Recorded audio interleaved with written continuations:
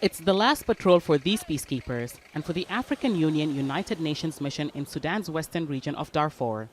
After more than 13 years, the mission, known as UNAMID, and its mandate to protect civilians and stabilize the region is ending. It follows a decision by the UN Security Council in late December to halt operations by the end of 2020 because it said security in the region had improved. But here in Nyala in South Darfur, many are worried. This is not the right time for the UNAMID to withdraw. If they leave, there will be a genocide against us because they were the deterrent force against attacks and our protection. UNAMID was established to end conflict in the region and has been in Darfur since 2007. The fighting between mainly non-Arab rebel groups and the government started in 2003 and left 300,000 people dead and more than 2 million displaced. It was deployed under a chapter of the UN Charter that gave it the right to use force when needed.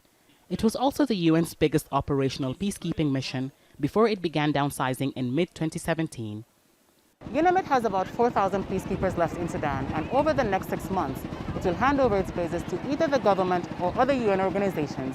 A new political mission has been authorized by the UN Security Council, set to start in January with no military force or demanded to protect civilians.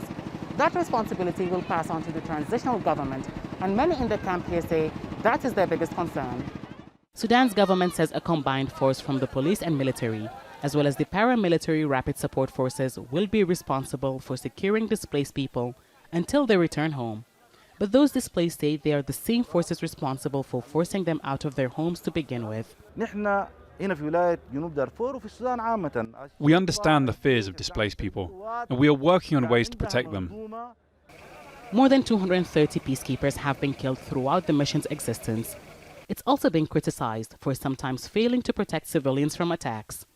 The mission has done its level best to serve the people of Darfur and provide physical and other forms of protection to them, whether in terms of humanitarian facilitation of delivery of humanitarian assistance, physical protection of IDP camps. We have done thousands and thousands of these activities over the 13 years we have been here.